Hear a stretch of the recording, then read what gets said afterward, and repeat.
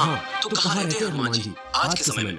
क्या आज भी उनसे आप मिल सकते हैं? इस वीडियो में हम जानेंगे उन रहस्यमयी तथ्यों को जिनके बारे में शायद आपने पहले कभी सुना होगा। तो ये वीडियो को आखिर तक जरूर देखिए, क्योंकि आज हम खोलेंगे वो सारे राज जो हनुमान जी को अमर और सर्वव्यापी बनाते हैं। सबसे पहले कमेंट में जय श्री राम लिख दीजिए। भारत की धरती रहस्यों से भरी हुई है। यहाँ हर मंदिर, हर गुफा, हर जंगल किसी न किसी दैविक कहानी को अपने अंदर समेटे हुए है। और इन रहस्यों में सबसे रहस्यमय नाम है हनुमान जी। कहते हैं जब जब किसी भक्त ने सच्चे मन से उन्हें पुकारा है, उन्होंने उसकी रक्षा की है। और आज भी जब कोई संकट आता है तो लोग सबसे पहले उन्हें याद करते हैं। ऐसा कहा जाता है कि इस धरती पर हनुमान जी के अलावा 7 चिरंजीवी आज भी मौजूद है। विभीषण, अश्वत्थामा, राजा बलि, परशुराम, मार्कंडेय ऋषि, कृपाचार्य और व्यास जी, इन सभी को अमरता का वरदान उनके अद्वितीय कार्यों और धर्म की रक्षा के लिए मिला था। माना जाता है कि ये चिरंजीवी आज भी इस धरती पर इसलिए मौजूद हैं ताकि वो धर्म, सत्य और न्याय की रक्षा करते हैं।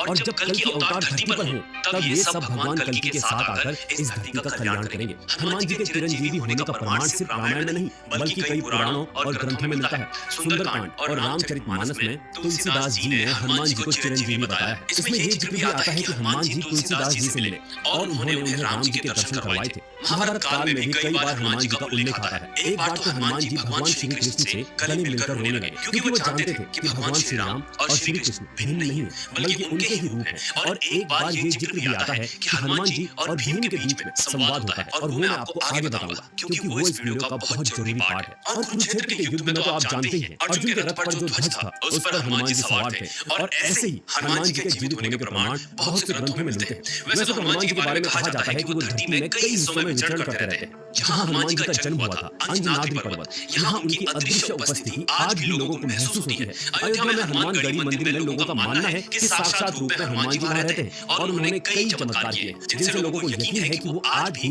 अदृश्य रूप से मौजूद है। श्रीलंका के घने जंगलों में एक रहस्यमयी आदिवासी जनजाति निवास करती है, जिसे मातंग जनजाति कहते हैं। कहा जाता है कि यहाँ हनुमान जी हर 41 वर्षों में आकर इस जनजाति के लोगों से मिलते हैं और उन्हें उपदेश देते हैं। ये जनजाति श्रीलंका के जंगलों में रहती है और दुनिया से एकदम कटी हुई है। ऐसा माना जाता है कि भगवान श्री राम ने जब जल समाधि ली थी तो हनुमान जी बहुत दुखी थे, और वो श्रीलंका के जंगलों में ही भगवान श्री राम को याद करते थे, उनकी तपस्या करते थे। वहां से गुजरते हुए उन्हें ये जनजाति मिली। तो मातंग जनजाति ने हनुमान जी की बहुत सेवा की। हनुमान जी कई वर्षों तक उनके साथ रहे। उसके बाद उनकी सेवा से प्रसन्न होकर हनुमान जी ने उन्हें ब्रह्म ज्ञान दिया, और उन्हें हर 41 वर्ष बाद उनकी नई पीढ़ी को आशीर्वाद देने का और ब्रह्म ज्ञान देने का वचन दिया। ऐसा माना जाता है कि 2014 में हनुमान जी ने इस जनजाति से अंतिम बार संपर्क किया था, और वो 2055 में फिर से इस जनजाति से संपर्क करेंगे। लेकिन ऐसा कहा जाता है कि हनुमान जी सिर्फ तभी दर्शन देते हैं जब आसपास केवल वो व्यक्ति मौजूद हो जो भगवान पर विश्वास करते हैं और जिनके दिल में श्रद्धा है, जिनका दिल एकदम साफ है। ऐसे बहुत से स्थान हैं जहां हनुमान जी के होने के प्रमाण मिले और लोगों ने उन्हें महसूस किया है। लेकिन हनुमान जी सजीव रूप से जहां आज भी मौजूद हैं, वो स्थान हिमालय क्षेत्र में गंधमादन पर्वत। ऐसा माना जाता है कि हनुमान जी आज भी इस पर्वत पर रहकर भगवान श्री राम की तपस्या कर रहे हैं। जब भगवान श्री राम ने जल समाधि ली और वैकुंठ धाम प्रस्थान किया तो उन्होंने हनुमान जी को धरती पर रहने का आदेश दिया। हनुमान जी को भगवान श्री राम और माता सीता से चिरंजीवी होने का वरदान मिला था। जब भगवान श्री राम वैकुंठ चले गए तो उनकी आज्ञा अनुसार हनुमान जी धरती पर ही गंधमादन पर्वत पर रहने लगे। और यही पर्वत उन्होंने इसीलिए चुना क्योंकि ये हिमालय के कैलाश पर्वत के उत्तर क्षेत्र में स्थित है, और इसी पर्वत पर रहकर बड़े बड़े तपस्वी और ऋषि मुनियों ने तपस्या की। ये एक पवित्र क्षेत्र है और आम मनुष्य की पहुंच से बहुत दूर है। यहाँ केवल सिद्ध पुरुष ही जा सकते हैं, जैसे कैलाश पर्वत पर। फिलहाल ये क्षेत्र तिब्बत में आता है। यहाँ पहुंचने के 3 रास्ते हैं। पहला, नेपाल के रास्ते मानसरोवर से आगे जा सकते हैं। दूसरा, भूटान के पहाड़ी क्षेत्र से है। और तीसरा, अरुणाचल प्रदेश से होकर जाता है। कई पुराणों में और ग्रंथों में इस बात की पुष्टि हुई है कि गंधमादन पर्वत ही बजरंग बली का निवास स्थान है। श्रीमद् भागवत पुराण में इस पर्वत के बारे में विस्तार से बताया गया है। वेद व्यास जी रचित महाभारत में भी इस पर्वत का उल्लेख मिलता है, जिसमें पांडवों और पवन पुत्र हनुमान जी की भेंट के बारे में बताया गया। अपने अज्ञातवास के समय कुंती पुत्र पांडव गंधमादन पर्वत पर पहुंचे। जब भीम ब्रह्म कमल लेने के लिए जा रहे थे तब उनकी मुलाकात हनुमान जी से हुई। हनुमान जी वही लेते हुए थे। भीम ने उन्हें नहीं पहचाना और उनसे हटने के लिए कहा। हनुमान जी भीम की परीक्षा लेने लगे। उन्होंने कहा कि मैं बहुत वृद्ध हूँ और कमजोर हूँ, मैं हिल नहीं सकता, तुम मुझे यहाँ से दूसरी जगह हटाकर रख दो। भीम को अपनी शक्तियों पर बहुत घमंड था, इसलिए हनुमान जी ने उन्हें ऐसा करने के लिए कहा। हनुमान जी के कहने पर भीम बहुत क्रोधित हुए। फिर से उन्होंने हनुमान जी को हटने के लिए कहा। जब हनुमान जी नहीं हटे तो भीम उनकी पूंछ हटाकर उन्हें दूसरी ओर करना चाहता था, लेकिन वो उनकी पूंछ को हिला भी नहीं पाया और बहुत बहुत कोशिश करने के बाद भीम हार गया तो समझ गया कि ये कोई आम वानर नहीं है, बल्कि ये कोई सिद्ध पुरुष है। भीम का घमंड चकनाचूर हो गया। तब हनुमान जी ने उन्हें दर्शन दिया। श्रीमद् भागवत पुराण में गंधमादन पर्वत के बारे में कहा जाता है कि यहाँ एक खूबसूरत सरोवर है जिसके पास ब्रह्म कमल होते हैं। इन्हीं ब्रह्म कमल को भगवान हनुमान जी श्री राम जी के चरणों में अर्पित करते थे और उनकी तपस्या करते थे। कैलाश की उत्तर दिशा के अलावा दक्षिण के रामेश्वरम में भी एक गंधमादन पर्वत है जहाँ से बजरंग बली ने श्रीलंका पहुंचने के लिए छलांग लगाई थी।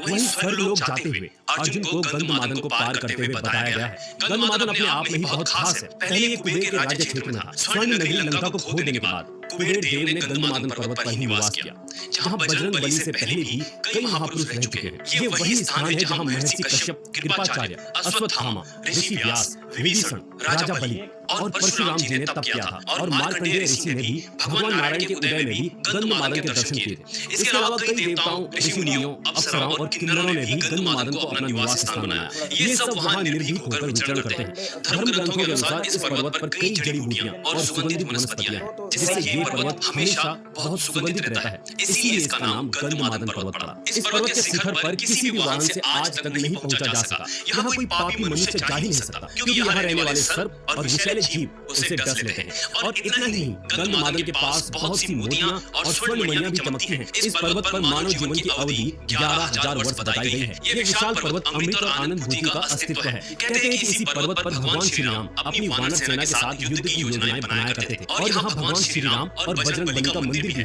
और इस पर्वत पर भगवान श्री राम के पैरों के निशान आज भी मिलते हैं। लेकिन ऐसा क्यों है कि 7 चिरंजीवी और हनुमान जी किसी को दिखाई नहीं देते? इसका भी उत्तर मैं आपको देने वाला हूँ। तो शुरू करते हैं। उससे पहले आप कमेंट में जय बजरंग बली जरूर लिखें। ब्रह्मांड पुराण में इसका जिक्र बहुत अच्छे से किया गया है। ब्रह्मांड पुराण के अध्याय 17 में जम्बू द्वीप के बारे में बताया गया है, जिसमें 9 वर्ष की बात की गई है। ये वर्ष मतलब साल नहीं है। मैं आपको समझाता हूँ। इन 9 वर्ष में एक हमारी धरती है जिसमें 7 महाद्वीप है।